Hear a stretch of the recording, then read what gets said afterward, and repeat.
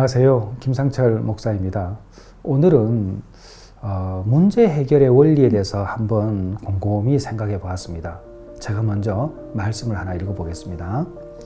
모세의 보냄을 받고 땅을 정탐하여 돌아와서 그 땅을 악평하여 온 회중이 모세를 원망하게 한 사람, 곧 그 땅에 대하여 악평한 자들은 여호와 앞에서 재앙으로 죽었고, 그 땅을 점탐하러 갔던 사람들 중에서 오직 눈의 아들 여호수아와 여분네의 아들 갈렙은 생존하니라. 여러분, 여호수아와 갈렙을 잠시 언급해 드렸는데, 우리는 살아가면서 문제가 있습니다. 저도 문제를 많이 만나게 되죠. 그런데 이 문제는요, 반드시 풀어야 합니다. 문제가 생긴다는 이야기는 그 이전에 곤란한 상황이 발생을 한 겁니다. 그러니까 내가 곤란해졌다라는 이 말은 곧 문제가 생길 것이다 라는 의미입니다. 그래서 문제가 생겼다라고 이야기하게 되면 이미 그 전에 곤란한 상황이 우리에게 있는 거예요.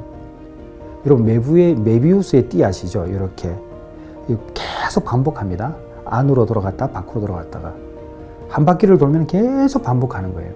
자, 문제를 풀면은 끝나는 게 아니라 문제를 풀면은 다시 그 전에 곤란한 상황으로 돌아갑니다.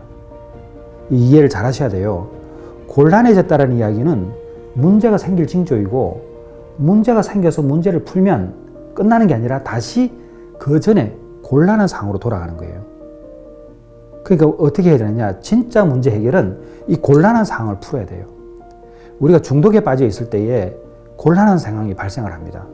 그러면은 이 곤란한 상황이 나중에 중독이 빠지는 문제에 발생하게 되죠. 그럼 이 중독의 문제를 풀게 되면은 끝나는 게 아니에요. 다시 내가 중독될 수 있는 곤란한 상황으로 돌아옵니다. 우리가 끊임없이 반복되는 문제가 발생하는 가장 큰 이유는 뭐냐면은 문제를 풀었다고 생각해서 안심하는 거예요. 절대 그렇지 않아요.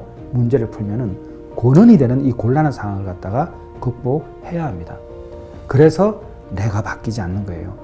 동일한 문제가 계속 발생하는 거예요. 우리 인생을 살다 보면은 똑같은 것에 많이 무너집니다. 그러니까 나는 게으른데 왜 이게 안 고쳐지지?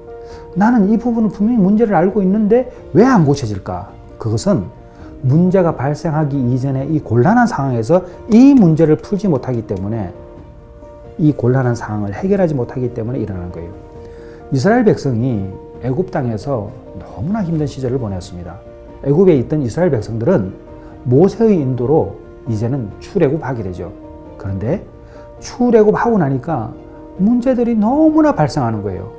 자, 근데 이 문제는 그냥 생겼을까요? 전혀 그렇지 않아요. 이미 애굽을 떠날 때의 문제는 예상된 겁니다. 광야를 지나는 거잖아요. 그런데 이스라엘 백성들은 이 문제를 푸는 방법, 너무 힘드니까 다시 과거로 돌아가는 거였어요.